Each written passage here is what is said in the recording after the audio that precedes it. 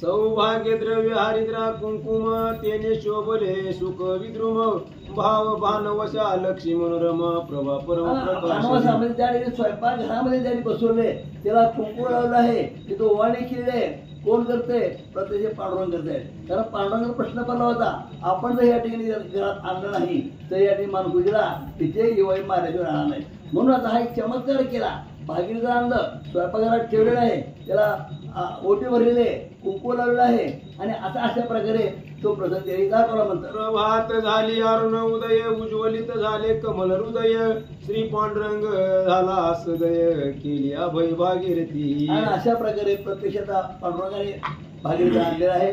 सूर्योदय झालेला आहे, तिकडे लख प्रकाश पडले आहे, पांडुरंग त्या ठिकाणी आले आहेत आणि दोघांचं संकट कसं निवारण करायचं असा विचार पांडुरंग करतायत. आपण झाला यवन दूत सरकारी शेकेदार निमस्त प्रभातेद्वारे हाका देत गावीचे हित करणार. स्वतः यवन झाला बघा, एकदा फकीर होतो पुन्हा यवन होतो. यवन म्हणजे काय माहिती आहे सगळ्यांना? यवनाचा दूत दूत झाला. यवन म्हणजे कोण? पण मुस्लिम समाज यवन म्हणतात आणि त्याचा दूत झालाय. आणि हा दूत त्या ठिकाणी पांडुरंग कशा प्रकारे आपलं रूप धारण करतो आणि कुणासाठी करतो तर आपल्या भक्तासाठी करतो. अशा प्रकारे स्वतः यवनाचा दूत झाला पांडुरंग आणि पुढे काय केलं त्यांनी? द्वार उघडून आत येती शेकेदारा ते जो हरिती वृत्तांत साकल्य सांगती कैसी गती करावी या. आता या ठिकाणी काय गती करावी, काय करावं? प्रत्यक्ष यवन, त्या यवनाचा दूत त्या ठिकाणी आलेला आहे, दार उघडलेलं आहे, भागीरथी घरामध्ये बसलेली आहे नाही का. अशा प्रकारे त्या ठिकाणी पांडुरंगाने एक कला करून दाखवले म्हणतात. दुनिया माझी कन्या पुत्र देती घेती लोक पवित्र पर्याने केले विचित्र कोण अपवित्र फकीर आला. कोण अपवित्र फकीर आला नाही का. फकीर कसा अपवित्र असतो, तो मुसलमान असतो. आता हा प्रत्यक्ष फकीर जर असता तर तो पांडुरंग आहे आणि त्या ठिकाणी प्रत्यक्ष काय झालं म्हणजे स्वतः फकीर कसा कुठं आला अशा प्रकारे सांगू लागले.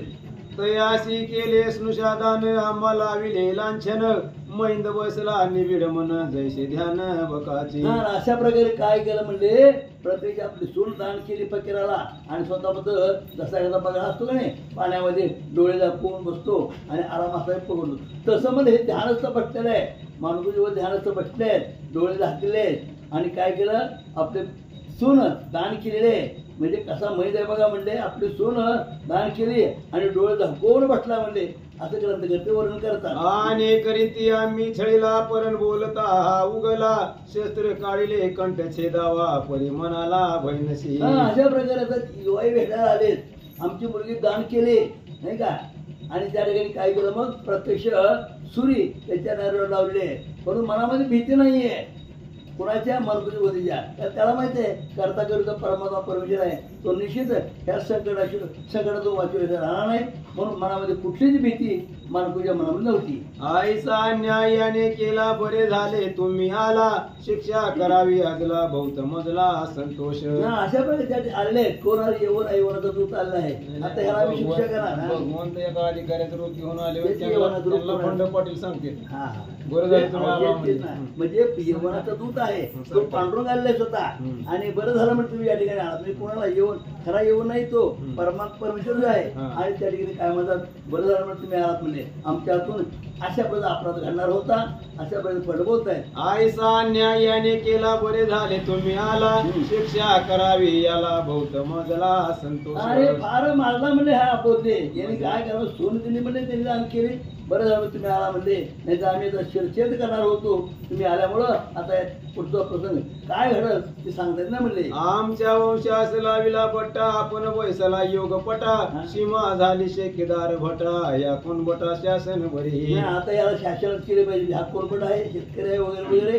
आणि ह्याला काय केलं पाहिजे शिक्षाच केली पाहिजे. त्या यवनाला प्रत्यक्ष त्याचे युवाई बोलतायत. आता यवन म्हणजे कोण ह्याला माहित नाही ना अजून. हा प्रत्यक्ष पांडुरंग आहे नाही का आणि यवनाचा दूत आहे तो पांडुरंग ह्याला काय माहिती आहे. हे म्हणतो बरं झालं तुम्ही आला म्हणजे नाही तर आम्ही याने काय केलं म्हणजे आमच्या कोणाला पट्टा लावला आमची मुलगी दान केली म्हणजे त्या फकीराला.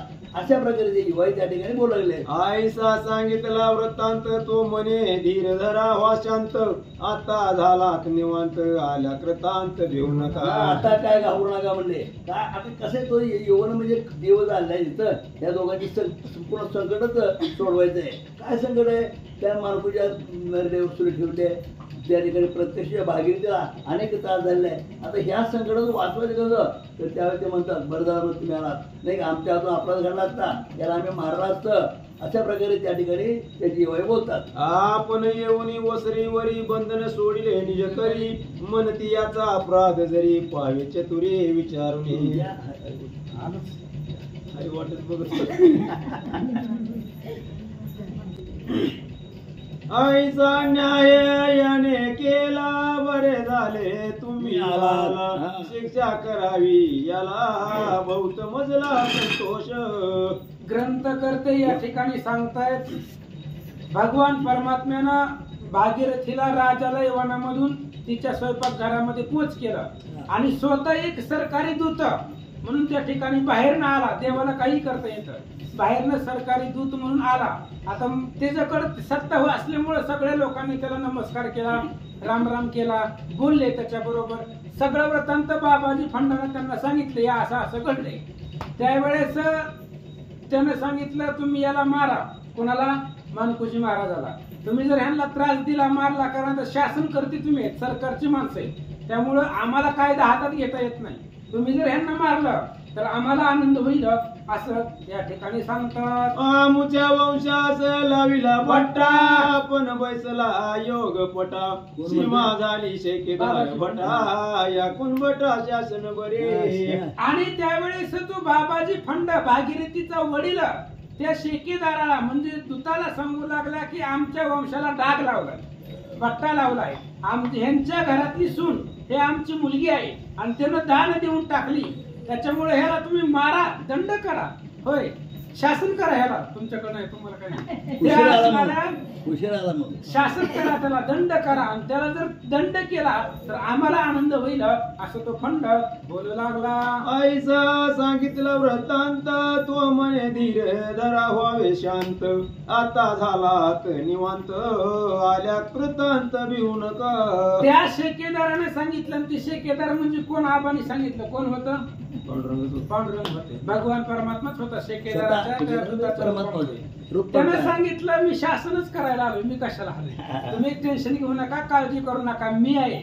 आता काळ जरी आला तरी आपण घाबरायचं नाही असं तो दूत फंडाला बोलू लागला. आपण येऊन वसरीवरी बंधन सोडिले म्हणती याचा अपराध जरी पावे चतुरी विचारून. आणि तो असणारा भगवंत रूपी शेकेदार आताही मानकुजी महाराजांना वाचवायलाच आला होता. त्यांना मारील का? अगोदर आल्या पहिलं भगवंत ते शेकेदार मानकुजी महाराजाकडे गेले आणि बांधलेलं सोडलं. आधी दिल्ल केलं महाराजांना, रिकाम केलं. धर्मदासाला मानकुजी महाराजांना सोडलं. मग म्हणलं आपण चावडीवरती बसू, वाट्यावरती, कट्ट्यावरती, कुठं तरी बसू आणि नेमकं काय आहे, तुमच्याकडून काय चुका झाल्यात, काय अपराध झालाय, सगळं सांगतो, बसून बोलू असं तो शेकेदार बोलू लागला. विचार न करिता मूढ मनती, विचारे सर्व होय गणती, अविचारा पोटी फजिती, जाणते होती वेडे पै. आणि तो असणारा भगवंत रूपी शेकेदार सांगू लागला तुम्ही विचार केला नाही कोणत्याच गोष्टीचा. तुम्हाला हे वृत्तांत कळलाच कसा? फोन केला होता का त्यांनी? सून दान दिली होती तेव्हा? बरं कसं का कळाना? इथं आल्यानंतर ना तुम्ही थोडासा विचार करायला पाहिजे होते. 5-10 माणसं घेऊन आला, बस तुझ्याकडे सत्ता आहे, तू गुंड आहे, गावातला दहशत म्हणजे अद्भुत सामर्थ्य आहे तुझ्याकडे, पण थोडासा विचार करायचा होता.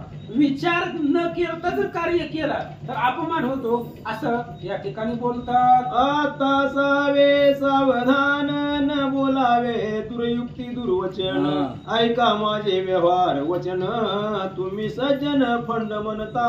आणि तो भगवंत रूपी शेकेदार सांगू लागला बाबाजी फंडाला, म्हणले ऐका मी व्यवहाराच्या दृष्टीने बोलतो, तुम्ही सज्जन आहेत, हुशार आहे, तुम्हाला जास्त सांगावं लागत नाही.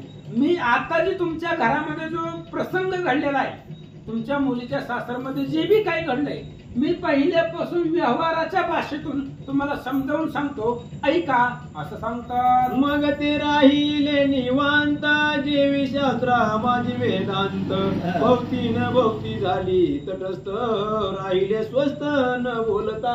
आणि तो शेकेदार खूप हुशार होता महाराज, भगवंतच होता. त्याच्या बोलण्याला सगळे बोलले, म्हणले बरोबर आहे, याचा आपण विचारच केला नाही कोणत्या गोष्टीचा. आल्या महाराजाला धरले आणि बांधले आणि त्याच्या नरड्यावर विचार करायला पाहिजे होता, त्याचं बरोबर आहे. त्याच्यामुळे त्यांनी राग शांत केला बाबाजी फंडानं आणि एका ओसरीवरती कट्ट्यावरती सगळेजण मिळून बसले. काय विचार करतात ऐका. तया ते पुषे शेकेदार कैसा समजला हा समाचार. तव ते पत्र दाविती साचार अन्यथा विचार नसे की. मग शेकेदारानं सुरुवातीपासून विचारायला सुरुवात केली. म्हणले तुम्हालाही कळलं कसं? फोन केला होता का त्यांनी? मग तुम्हालाही कळलं कसं? तुमची मुलगी दान केले, तुम्हाला कसं कळलं? त्यानं पत्र दाखवलं. पत्र खोटं असू शकतं. पत्र त्यानं जो कागद होता तो कागद असणारं पत्र त्यानं दाखवलं. एवढंच प्रमाण आहे, हीच पुरावा आहे. दुसरं आम्हाला काही माहिती नाही. फंड बोलू लागले. कन्या कांता स्नुषा सौभाग्यवती दान कोणी न देती न घेती. घर शोधिले काय म्हणती नेली असे लती की नाही. शेकेदार खूप हुशार होता महाराज. भगवंत आहे तो, चतुरा तो शिरोमणी. त्याने विचारलं हे बघा म्हणले, कन्या सुना बहिणी ही दान देण्याची वस्तू नाही किंवा कुणी सुद्धा देत नाही. पाठीमागे कुणी दिलेलं नाही. तुम्हाला पत्र मिळालं, तुम्ही धामणगावला आले. धामणगावला आल्याबरोबर तुम्ही घरामध्ये जाऊन पाहिलं का? तुमची मुलगी घरामध्ये आहे का नाही तुम्ही पाहिलं का? थोडं जरी आतमध्ये तुम्ही गेलात का, पाहिलं का? त्यावेळेस फंड काय सांगतात ऐका. ते म्हणती अंतर्ग्रही मराठे इतन जाती पायी. सागरावरती नाही घरात नाही मम कन्या. आणि त्यांनी सांगितलं पाहिलं ना, आम्ही काय एवढे आहेत का? आम्ही आल्या आल्या घरात पाहिलं, आम्हाला दिसली नाही आमची मुलगी. तेव्हा नव्हतीच तर कुठनं दिसणार? तेव्हा नव्हतीच घरामध्ये. त्यांनी सांगितलं बाबाजी फंडाना आम्ही आल्या आल्या घरामध्ये पाहिलं, सगळे घर पाहिले, माझी मुलगी मला घरामध्ये दिसली नाही म्हणून मी यांना बांधलं. असं तो फंड बोलू लागला. तो शेकेदार वटुनी त्वरित बाबाजी फंडाचा हात धरीत.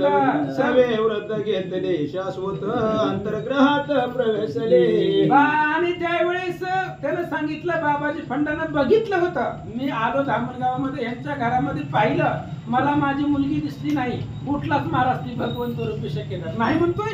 चल म्हणले. मग हाताला धरलं त्या फंडाच्या आणि वयोवृद्ध आबासारखी माणसं, हुशार ज्ञानी आणि अशी असणारी माणसं बरोबरीला घेतली, सोबत लागते.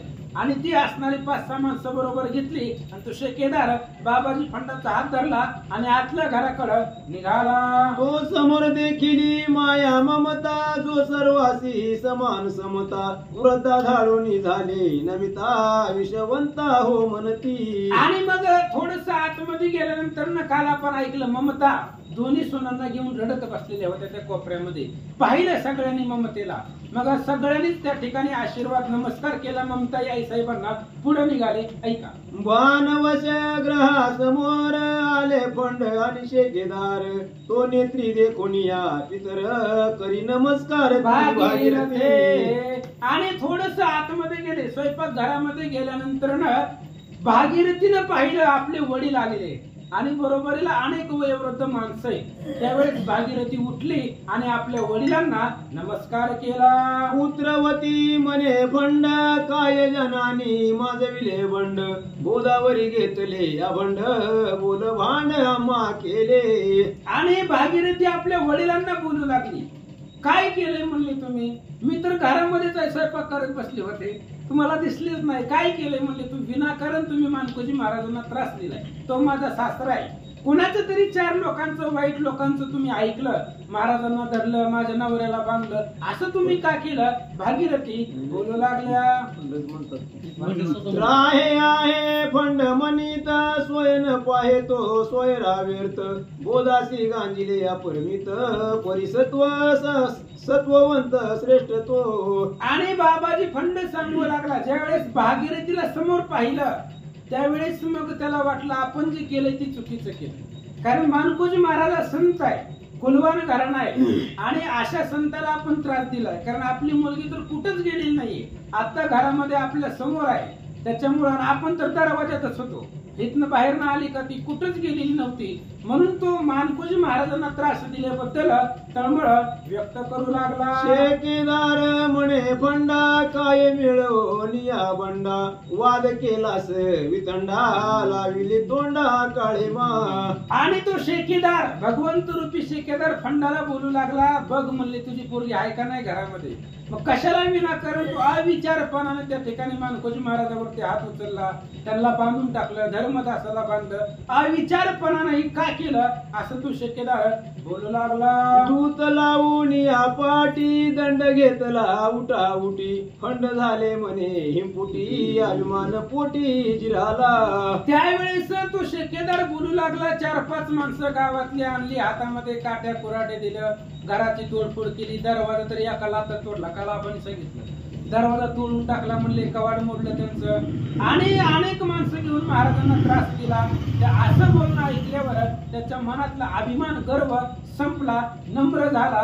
ऐका, अपराध मानोनी मानी लागला बोधांच्या चरणी लोकापवाद केली करणी धन्य शिराणी भक्ताची. आणि मग त्यावेळेस अपराध मान्य केला महाराज. ज्यावेळेस मुलीला घरामध्ये पाहिलं त्यावेळेस त्यानं जो अपराध केला होता तो त्यानं मान्य केला आणि मग मानकोजी महाराजांच्या चरणावरती पाया पडू लागला. फकीराते केली होती दान गावात एकता गेला घेऊन सर्वांनी केली होती ओळवण साचे प्रमाण जगाची. आणि त्यावेळेस तो परत बोलू लागला, म्हणले हे बघा ही बाकीची लोक काय खोटं बोलतात काय, फकीरानं भागीरथीला नेलं होतं, अख्खं गाव त्या भागीरथीला गावाच्या बाहेर सोडवायला आलं होतं, ही ऐकलंय मी, ही साक्ष आहे, ही घडलेलं आहे असं बोलू लागले. ते झाले सर्व सत्य बाबा भागीरथीजी येते नाव घवघवीत हाव भाव संचली ठाव घरी कैसी. आणि त्या बाबाजी फंडाच्या लक्षात येत नाही की सगळंच खोटं झालंय. आपण जे पाहिलं, कधी कधी डोळ्यानं पाहिलेलं सुद्धा खोटं असतं, त्याच्यामुळे आपण जे पाहिलंय ती सगळं खोटं झालंय. कारण भागीरथी आतमध्ये कशी आली, मग दरवाजातनं तर आली नाही, आपण दरवाजा तर मोडला याचा आपण, त्याच्यामुळे कुठल्या घरात येणार आहे याचा अर्थ ही घरातच होती. मग ही सगळं जे आपण पाहिलं ती सगळं खोटं झालं असा विचार करू लागला.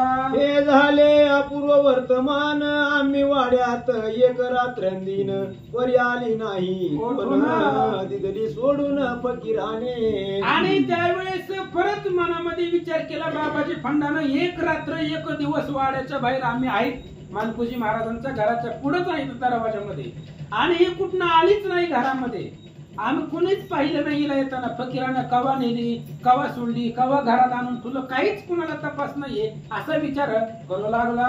ती अंतर्ग्रही भानवसात मूर्तिमंत पाहिली साक्षात न बोलता झाले शांत केला प्रणिपात फंडाने.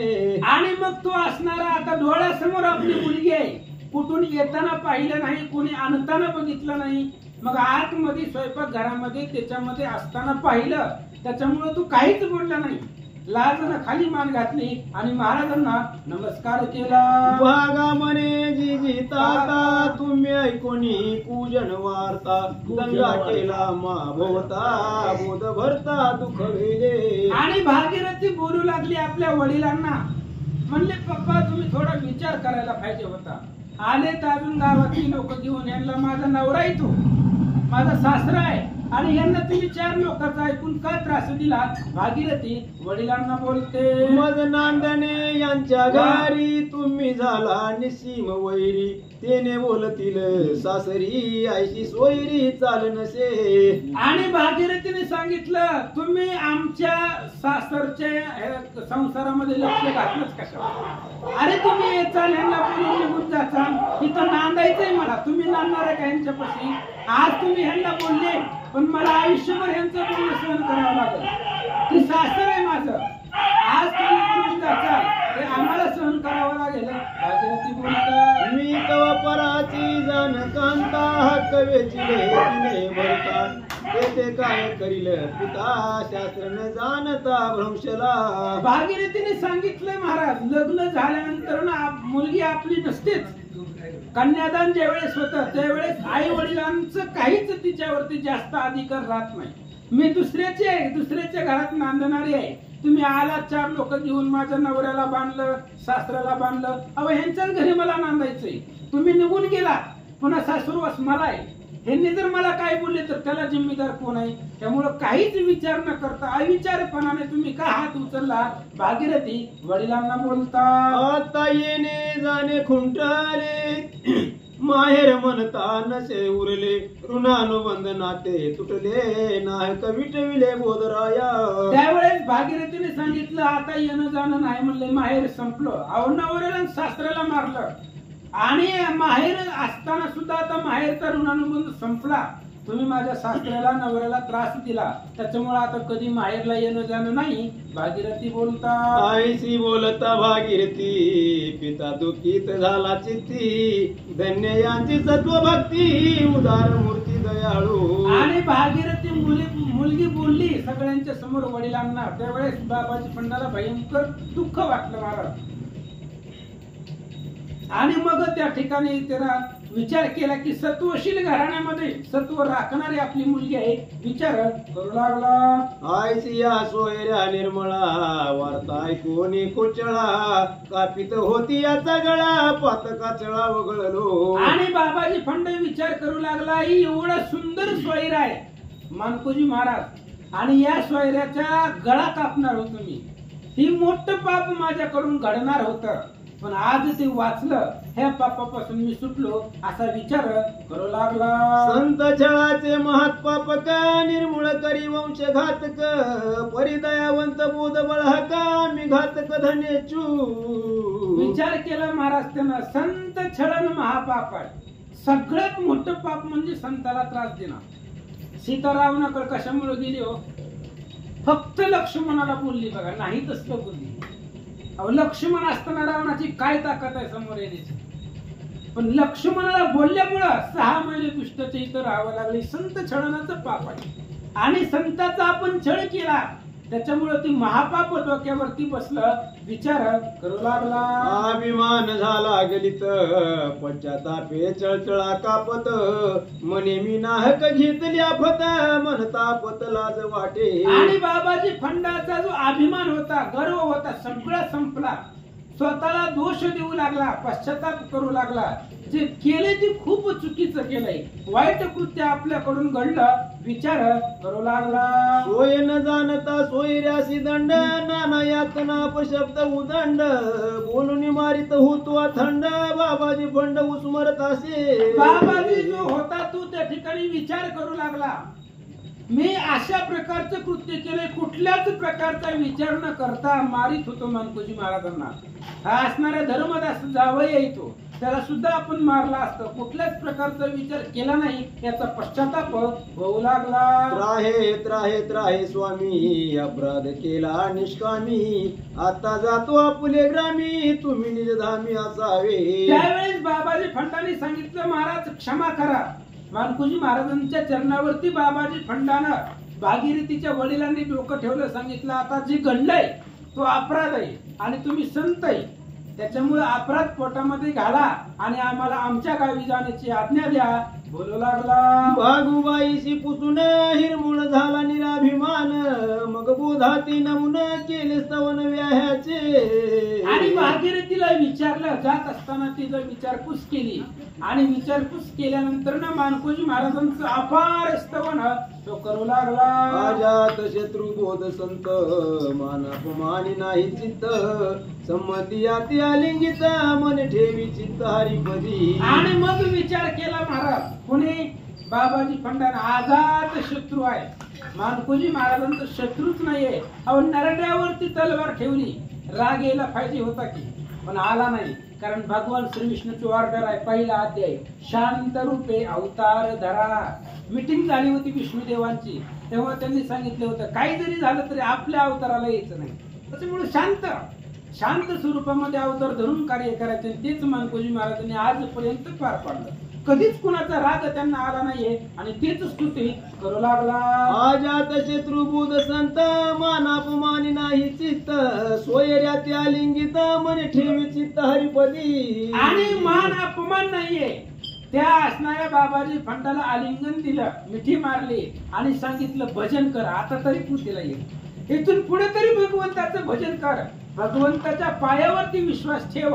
मानकुजी महाराज त्या वेळेला म्हणजे बाबाजी भंडारा बोलतात. न करावे अनन्य कर्म जाणावे मतितार्थ वर्म कधी न सोडावा स्वधर्म धरावी शर्म जगाची. आणि वाईट कर्म करू नको.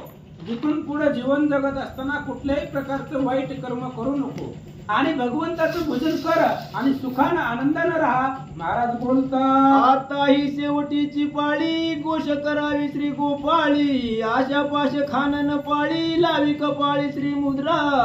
आणि आता इथून पुढं आजपासून पुढे इथून पुढे त्या ठिकाणी भगवंताचं भजन करीत जा. कपाळाला गंध लावीत जा. चांगला असतोय गंध लावलेलं, त्याच्यामुळं गंध रोजच्या रोज लावीत जा. भगवंताचं भजन करत जा. थोडं जरा लोभ मोह माया ममता याच्यापासून बाजूला राहा. मानकोजी महाराज बोलतात, आईचे बोधो निव्याही फंड निस्तेज झाले सर्व ही बंड वादवीराला वितंड झाला थंड निजमनी. आणि अशा पद्धतीचा उपदेश मानकोजी महाराजांनी केल्यानंतर ना त्याचा राग शांत झाला. जे काय हातामध्ये काट्या कोराटे घेऊन त्यांची लोक आली होती त्यांनी सगळं टाकून दिलं. शांत बसले. जो वाद घडलेला होता तो संपला असं सांगतात. मग ते मिळवून आपुले गण अधमुख गेला परतोन गावीचे मिळाले पौरजन विश्वित मनचा कटले. आणि मग त्यावेळेस ते असणारे आपापलं जे सैन्य आणलं होतं बाबाजी फंडानं ते सगळं घेतलं. परत त्याच गावाला सावरगावला निघून गेला. गावातल्या लोकांना आश्चर्य वाटलं. महाराज भागीरथी घरात आलीच कशी? कारण ती प्रत्येकाच्या घरी गेली होती ओटी भरायला आणि प्रत्येकाला माहित आहे की ही फकीर घेऊनच गेला होता हिला. मग सगळ्या लोकांना आश्चर्य वाटलं. ऐका, भागीरथीस भेटती नारी फकीर नव्हे तो मुरारी धन्य भाग्याची तू संसारी केला तू सोयरा. भागीरथीला भेटून बोलू लागल्या गावातल्या स्त्रिया. म्हणले तो फकीर नव्हता, मग विटेवरचा देव आहे. भगवान परमात्मा आहे. तो फकीराचा वेश घेऊन आला आणि तुला त्या ठिकाणी घेऊन गेला. अद्भुत पुण्य आहे. त्या पुण्याच्या बळावरती तू देवाला वश केलंय. स्त्रिया भागीरथीला बोलतात, तो तरी घेऊन गेला वनी मग कैसी आली तसधनी श्रमली सगे माय वहिनी आगाध कहाणी काय वर्णू. अनेक असणाऱ्या स्त्रिया भागीरथीला बोलताय, अख्ख्या गावाच्या समोर फकीर तुला घेऊन गेला. भगवंत रूपी तुला तो त्या ठिकाणी घेऊन गेला. घेऊन जाताना अख्ख्या गावाला पाहिले पण आलीच कशी? तू या घरामध्ये कशी आली? कुणाच्याच लक्षामध्ये आलेलं नाहीये. एवढी तू भाग्याची आहे असं या ठिकाणी सांगतात. ममता झाली सद्गदमनी भागीरथीस पोटासी धरुणी कुंद स्पुंदोनी मने साजनी सत्य राखून आली सत्व राखून आली सतू. मग ममताई आई साहेबांना खूप आनंद झाला. भागीरथीला पोटाला धरलं आणि पोटाला धरून सांगितलं, मिठी मारली ममताईनं, सत्व राखलंय. ही कुळाचं घराण्याचं जे सत्व आहे सत्व राखून विजयी होऊन परत आली. ममताई बोलू लागल्या, आमच्या वंशाशी धन्य केले स्वदेहाचे सार्थक झाले परदळ वार्ता सर्व निमाले कामास आले खरेपण. आणि त्यांनी ममताई आईसाहेब सांगतायत, आमचं जे काय सत्व आहे या घराण्याचं तू राखलंय आणि देहाचं सार्थक केलंय. देहाचा विचार केला नाही. ही सत्व राखलं तू सांभाळलं. त्याच्यामुळे आता कुणीच नाव ठेवणार नाही आपल्या घराण्याला. कुणीच आपल्याकडे त्या ठिकाणी दोष देणार नाहीये असं या ठिकाणी सांगतात. धन्य धन्य आमचा वंश पवित्र आणि सत्य सत्वांश श्री विठ्ठले पुरविल्यास ऐसेचा मासा सदा. आणि ममताई बोलताय, धन्य असणारा हा वंश आहे महाराज. काही लेकर त्या वंशातल्या काहीच नाही. आणि असं असणारं पावन केलंयस तू आम्हाला. भगवंताची आजपर्यंत कृपा आमच्यावरती झाली पण इथून पुढे सुद्धा अशीच कृपेचा हस्त राहावा. ममताई बोलतात, भागीरथी दाना दिदली तू सत्वांश पुण्य घरा आली अन्नपूर्णा नाम पावली कीर्ती झाली जगात. भागीरथी महागारी आली महाराज आणि आल्यानंतर पुन्हा अन्नपूर्ण नाव तिला प्राप्त झालं. सत्व राखलं तिनं घरातलं. घरातली लाज इज्जत तिनं त्या ठिकाणी सांभाळले. अन्नपूर्ण नाव तिला प्रसिद्ध झालं. ऐका, या वरी शेकदार विठ्ठल पंत तया ते बोध नमस्कारित गुज बोलती मन स्वागत तो भाग्यवंत नमावया. आणि त्यावेळेस तो असणारा शेकदार तिथं तो होताच. तो दूध भगवंत रूपी आलेला जो दूत होता तो तिथं होता. मानकोजी महाराज ते विठ्ठल सगळे आले, नमस्कार केला. ऐका, साष्टांग केले नमन, बोधे घेतली ती उचलून, धन्य त्वामा केले पावन, झाले समाधान सर्वांगा. आणि मग सगळे त्या ठिकाणी मानकोजी महाराजांच्या समोर आली.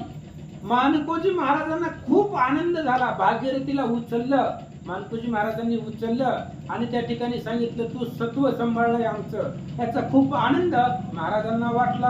मग स्वयंपाक करुणी सुंदर, भोजना उठविला शेकेदार, धर्मदास बोध विठ्ठल कुमार, पंक्तीस सादर बैसविले. मग लगेचच भागीरथी सर्वांची लाडकी, तिने स्वयंपाक केला. महाराज अन्नपूर्णा आहे ती साक्षात, त्याच्यामुळे सुंदर स्वयंपाक केला. ते शेकेदार, मानकोजी महाराज, धर्मदास सगळे जेवायला बसले. म्हणतात समरस झाले भोजन, शेष भागा करी सेवन, मग एकांती गेले चौघे जण, नाम खून ऐकते. आणि त्यावेळेस सगळ्यांची जेवण झाली. षड्रस अशा प्रकारचं अन्न त्या ठिकाणी बनवलेलं होतं भागीरथींनी. आणि चौघजण एकांतामध्ये गेले. कोण कोण चौघजण? ऐका. भागीरथी, धर्मदास, बोध, शेकदार, सारांश, एकांता गेले समरस, तो आगम्य रस काय वानू. आणि चौघजण एकांतामध्ये गेले. भागीरथी, धर्मदास, पती पत्नी, मानकोजी महाराज आणि हा शेकेदार, ही चौघजण एकांतामध्ये गेले. आणि एकांतामध्ये काय संवाद करतात? ऐका. शेकेदार स्वरूप मावळले, साक्षात पंढरीनाथ प्रगटले, तेजन माय घन उठले, रूप एक उठले प्रसन्नता. हे चौघजण एकांतामध्ये आल्यानंतर ना भगवंतानं ते शेकेदाराचं रूप बदललं, मावळलं, संपलं. आणि स्वतःचा जो विठीवरचा देव आहे त्या देवाचं स्वरूप प्रकाशवंत केलं. आकाशापर्यंत त्याचा असणारा उजेड भगवंताचा पडू लागला. चौरंगी वैसवोनी आदिनाथा, बोधे करी धरोनी धर्मसुता, हातात घातले हाता, कृतार्थ झालो म्हणे. आणि मग त्यावेळेस त्या ठिकाणी चौरंगावरती देवाला बसवलं. धर्मदासाचा हात घेतला, भगवंताच्या हातामध्ये मानकोजी महाराजांनी दिला आणि सांगितलं कृत्य केलं, झालो, इच्छा केली ते पावलो, सगळं प्राप्त झालं तुझ्या कृपेनं. महाराज बोलतात प्रसन्न मुखे आदि नारायण, बोधास सांगे वर्तमान, दश वर्षे घेतले तुझं ठेवून, आलो त्यावरून मी येथे. आणि मग भगवान परमात्मा मानकोजी महाराजांना बोलू लागले, सांगू लागले. म्हणले आता 21व्या अध्यायात रिटर्न. म्हणले तुम्ही ज्या वेळेस तुम्हाला विमान पाठवलं होतं तेव्हा भागीरथीने ठेवून घेतलं होतं तुम्हाला तिच्या 10 वर्ष आयुष्यातले देऊन. मग तेव्हा मला पटलंच नाही, म्हणजे मला राहू वाटलं नाही, म्हणून तुमचं सत्व पाहण्यासाठी मी रिटर्न आलो असं सांगतात. फकीर होऊन दानी घेतली, समागमे नेली निज कामी, सत्व पाहावया मुद्रा लोपली, अवस्था लागली सती ते. आणि त्यावेळेस भगवंत सांगतायत मानकोजी महाराजांना तुमचं सत्व पाहण्यासाठी मीच फकीर झालो होतो, मीच फकीर झालो, तुमच्या दारामध्ये आलो, तुमची सून मागितली आणि तुम्हीही दिली. मी तिला घेऊन राजाला वनामध्ये गेलो, पण तिच्या अंगाला लागल्यामुळं ती आक्रोश करत असल्यामुळं त्याचा शहरात कोमेजलाय, त्याच्यामुळं तिचं तीच कमी झालं. भागीरथीचं भगवंत सांगू लागले कोणी भाव शुद्ध मानसा, प्रगट झालो जगदीश, परीन सोडी फकीर निज ध्यास, दाविले रूपास मग इथे. आणि भगवंत सांगतायत राजालय वनामध्ये काय घडलं. मी असणारा फकीर तिला घेऊन गेलो भागीरथीला. वनामध्ये गेल्यावर मी निघून गेलो, गुप्त झालो. मी गुप्त झाल्यावर तिनं अफाट शोक केला, तिचा भावार्थ पाहिला, पुन्हा मी प्रसन्न झालो. मी समोर असताना सुद्धा ती फकीराचं ध्यान सोडत नव्हती. मग फकीराचं वेश दाखवून तिचं मन प्रसन्न केलं, तेव्हा सांगितलं मीच फकीर होतो. मग तिला समाधान वाटलं असं भगवंत बोलू लागले. तिनेच कवोनी माते, सप्त पिढ्या मागे वराते, भाव जाणून मन मोहिते, भागीरथी ते वेचलो. आणि तिनं मला त्या ठिकाणी असणाऱ्या शब्दामध्ये गोवलं आणि 7 पिढ्यांचा आशीर्वाद तिच्याकडून मला मागवून घेतला आणि तो मला द्यावाच लागला. भगवंत बोलतात भाव कर्ज झाले अपार, व्याज वाढले जीवी सागर, द्यावया नाही धन नागर, झालो चाकर सप्त पिढ्या. आणि त्यावेळेस भगवंत महाराजांना सांगतायत मी 7 पिढ्या तुमचा दास झालो. मला आता तुमचं वज झालंय माझ्यावरती. तुमचं जी भक्ती करताय सगळेजण, त्या भक्तीचं वज झालंय, व्याजासहित झालंय, मला परत देता येत नाहीये. म्हणून आता 7 पिढ्या मी तुमचा ऋणी झालो. भगवंत बोलता, आता कर्ज फेडणे मज अनंता, तू कास या करीसी चिंता. धर्मदासे विठ्ठले अलिंगिता, झाली योग्यता समसाम्य. आणि भगवंताने सांगितलं ती कर्ज फेडायचंय, पण कसं फेडायचं? काल भगवंताने, तुम्ही जर लक्ष देऊन ऐकत असाल तर तुमच्या लक्षामध्ये येईल. काल भगवंताने सांगितलं होतं, मीच तुझ्या पोटाला येणार आहे, मीच तुझ्या पोटामध्ये अवतार घेणार आहे, जन्म घेणार आहे, आणि तीच जन्म भागीरथीच्या पोटामध्ये घेऊन यांचं ऋण फेडण्याचा विचार भगवंत करतात. चंदन संग वृक्ष सुगंधिता, चंदन म्हणून वंदिती पंडिता. भृंगी संगती भृंगीच होता, धर्म साक्षात विठ्ठल. धर्मदास विठ्ठल झाला, मन संशय मळ सुटला. पुण्य उदय प्रभात वायू सुटला, मी तू फिटला भाव जो. आणि धर्मदास होता तू विठ्ठलाला भेटवलं, त्यामुळे दोघेही एकरूप झाले. विठ्ठल आणि धर्मदास एकमेकांना भेटले. भागीरथी सालिंगुन मने तव उदरी जन्म घेईन. ओळख राखे वत्सलांचन, चरण चिन्ह सहित हो. भागीरथीला भगवंत बोलू लागले, मी तुला काल राजाला वनामध्ये सांगितलं होतं की मी तुझ्या पोटाला जन्म घेणार आहे, आणि मी ज्या वेळेस जन्मल त्यावेळेस वत्सलांचन माझ्या हृदयामध्ये आहे, आणि त्याच्या सहित पायातली चिन्ह, सामुद्रिक चिन्ह, ह्याच्या सहित माझ्या रूपासहित मी तुझ्या पोटाला येईल. भगवंत सांगतात, तू अन्नपूर्णा माय बहिणी, त्वा विकृत घेतले सत्व ठेवणी. आता निर्वेद राखी मज भजनी, पतीशी वनी निज निष्ठा. भगवंत सांगताय, तू सत्वाची शिरोमणी आहे, तू मला विकत घेतलंय, तू तुझ्या सत्वानं मला जिंकलंय, तुझा त्या ठिकाणी ऋणी केलाय, म्हणून पतीच्या सेवेमध्ये अखंडित राहा. भगवंत बोलतात, सप्त पिढी व्रत चालविन, ऐशे दिदले सतीस वचन.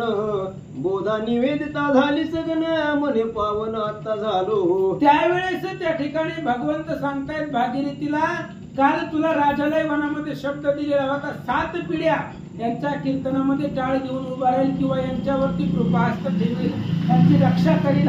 अशा पद्धतीचा तुझा ऋणहित झालो. भगवंत बोलता, विठ्ठल झाले अंतर्धान, चौगास झाले समाधान. सर्व करीती भजन, पूजा विधान सावधान सेवेसी. भगवान परमात्मा अदृश्य झाले, निघून गेले, अंतर्धान पावले, सगळ्यांना समाधान वाटलं. साधू संत साधू प्रेमळ भक्त, जीवित रागी वैराग्य युक्त. ब्राह्मणातीत युक्तायुक्त, सदा शाश्वत सेवेला. आणि मग साधू संत सगळ्यांना त्या ठिकाणी भोजन द्यायचं, सगळ्यांना आनंदाने त्या ठिकाणी सगळ्यांचा सांभाळ करायचा. अशा पद्धतीने साधू संपला नाही, वाचक बदलला. 149 कथा थोडं कुठं लागेल, शेवटचा पॅरेग्राफ राहिला.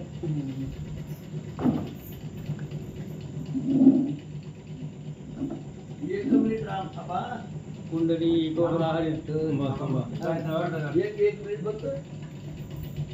उद्या एकादशी आहे बरं का. हा, उद्या एकादशी आहे. उद्या माणकुजी बोधलेचे वंशज देवेंद्र बोधले आपल्या गावात येणार आहे, मामू पवारच्या घरी. तर तुला त्यांचं दर्शन घ्यायचं असेल तर त्या ठिकाणी यायला हरकत नाही. माणकुजी बोधलेचे वंशज, 7वे वंशज देवेंद्र बोधले महाराज. ठीक आहे, मी सूचना शेवटी दिले ते चाललं असतं. आम्ही सुरुवात मी गेलो होतो, आठवण झाली मला म्हणून पटकन एकादशी आहे. आठवण झाली बोलत जा. भगवान की जय. अजून काही सूचना आहेत का? कथा कुठली? श्री गणेशाय नमः, श्री सीतारामचंद्राय नमः. सप्तपीडी व्रत चालविन, ऐसे दिले सतीत वचन. बोधा निर्वेद झाली सधन, मनी पावन आता झालो. विठ्ठल झाले अंतर्धान, चौघास झाले समाधान. सर्व करती भजन पूजा विधान, सावधान सेवेसी. भगवान परमात्मा अंतर्धान झाले, निघून गेले.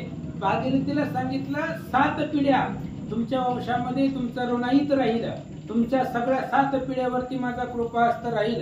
आणि पुन्हा सांगितलं की मीच तुझ्या पोटाला जन्म घेणार आहे, असं भगवंत सांगितलं आणि अदृश्य झाले.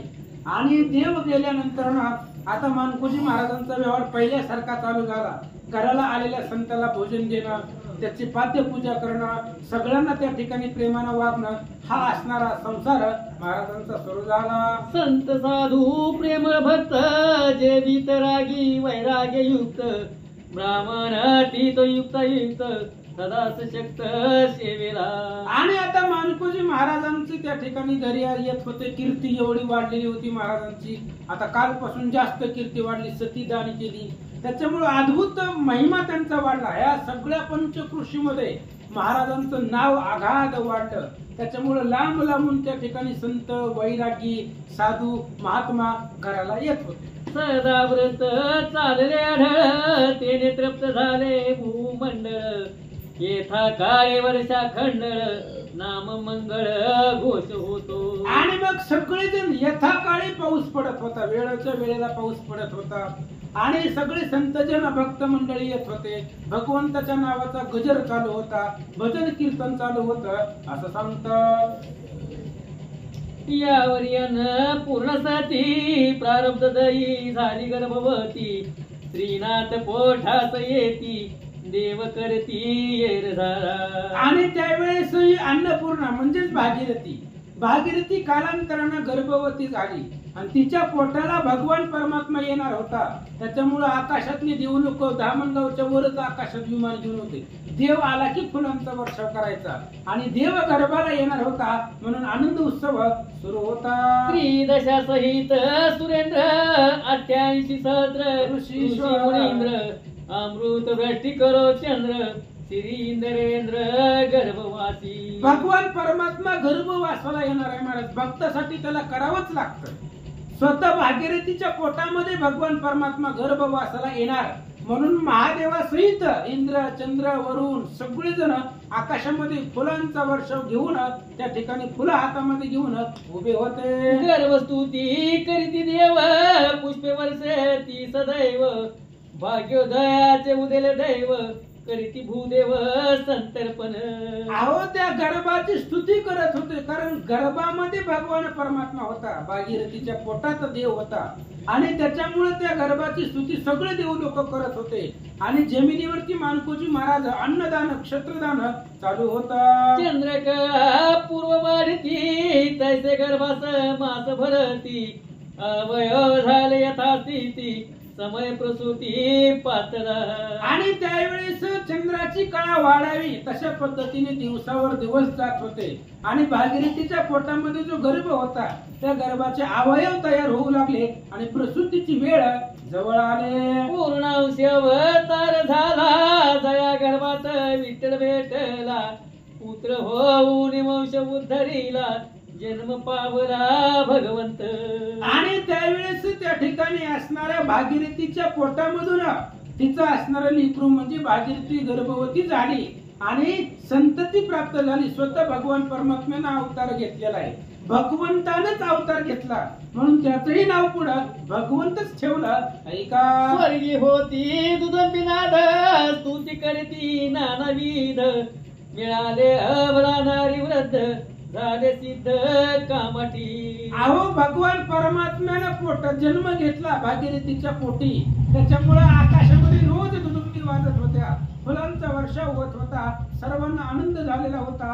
असं सांगतात जय जय कर आनंद झाला वैकुंठपती जन्मास आला नाम मात्र सगुण लिहिला दावी सोदिला जगासी. ज्यावेळेस भागीरथीचा असणारा गर्भ उदय झाला लेकरू जन्मला त्यावेळेस त्या ठिकाणी देव लोकांनी स्तुती केली. भगवंतच आलेला आहे, भगवंत भागीरथीच्या पोटातून जन्म घेतला म्हणून देव लोक स्तुती करू लागले. जगात झाला ब्रह्मानंदू तो भरला चैतन्य घन आनंदू कैवल्य कृत सचिदानंदू महा आनंदू बीज मात्र. भगवान परमात्मा महाराज स्वतः त्या ठिकाणी गर्भवासाला आला भक्तासाठी. नाहीतर कौशल्याच्या पुढे देवकीच्या पुढे 8 वर्षाची सगुण मूर्ती प्रकट झाली. त्यांच्या गर्भवासाला आला नाही पण भागीरथीचे गर्भवास सुचले म्हणजे तिच्या गर्भामध्ये त्या ठिकाणी महिने भगवंत राहिला आणि प्रगट झाला आणि त्यावेळेस आनंद उत्सव साजरा करू लागले. नालखंड नादी विचार झाले जात कर्म संस्कार नामकरण नाम उच्चार करीते आचार वडिलाचा. आणि मग त्यावेळेस लेकरू जन्मला भगवंतानं भागीरथीच्या पोटातून जन्म घेतला. हळूहळू त्या ठिकाणी 10-12 दिवस लेकराला झाले. बारस वगैरे त्याचं नाव ठेवण्यासाठी आचारी ब्राह्मण आले. म्हणतात पुत्रवंत झाला धर्मदास भगवंताला उदरास अनंत तप फळली सावकाश यशाची यश फावले. धर्मदास पुत्रवंत झाला. धर्मदास ही भागीरथीचा नवरा आहे. त्याच्यामुळे भागीरथी आणि धर्मदास यांच्या पोटाला भगवंतानीच अवतार घेतलेला आहे आणि देवच यांच्या पोटाला जन्माला आलेला आहे असं सांगतात. लागली वाजंत्र्याची घाई मंगलदायक सुस्वर पाही भगवंत भाव नाम लवलाही मृद ममताई ठेवीत. आणि स्वतः भगवंतानं अवतार घेतलेला आहे. भगवंतानेच जन्म घेतलाय म्हणून ममताई आईसाहेबांनी भगवंत बाबाच त्याचं नाव ठेवलं. ही बाबा नंतर न जोडलं. आधी भगवंतच त्याचं नाव ठेवलं होतं कारण तो भगवंतच आहे. आणि अशा पद्धतीने सुंदर नाव ममताईंनी ठेवलं. षोडश दिन उत्सव झाला द्विजाग्नी संतोष बिला सोय रे आहेरा पार केला मान दिधला मान कर्या. आणि ज्याला त्या ठिकाणी ज्याचा मान आहे त्या पद्धतीने देऊ लागले. 16 असणारा दिवस 16 दिवस हा असणारा जन्म उत्सवाचा कार्यक्रम आनंदामध्ये पार पडला.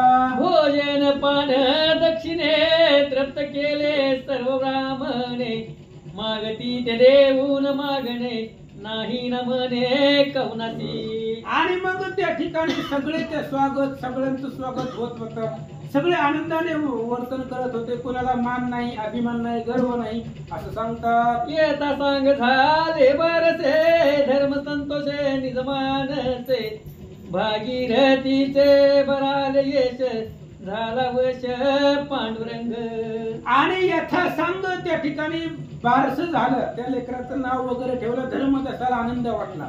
भागीरथीचं खूप भाग्य आहे महाराज. तिच्या पोटाला भगवंत साक्षात भगवंताचा अवतार आहे आणि भगवंतच पोटाला आले आणि भगवंताला वश त्या भागीरथीने केलं भक्ती बळावरती असं सांगतात. भक्त काम चिंतनी हरली सर्व आदि व्याधी बोधा म्हणी घ्यावी समाधी कासयावधी लावावी. आणि मग आता त्या ठिकाणी ममताईंनी मानकोजी महाराजांनी विचार केला. नातवंड पाहिली की आता किती दिवस जगायचं. पाहिली की आता नातवंड मुलांचं लग्न झालं त्यांना मुलं झाली. मग आता समाधी सोहळा आपला करावा बस झालं म्हणले. आता खूप या संसारामध्ये पाहिलं. आता त्या ठिकाणी समाधी सोहळ्याचा कार्यक्रम आहे उद्यापासून पुढं. सगळं अद्भुत त्या ठिकाणी रहस्यमय कथा आहे. मानकोजी महाराजांना जाण्याचा विचार मनामध्ये आला.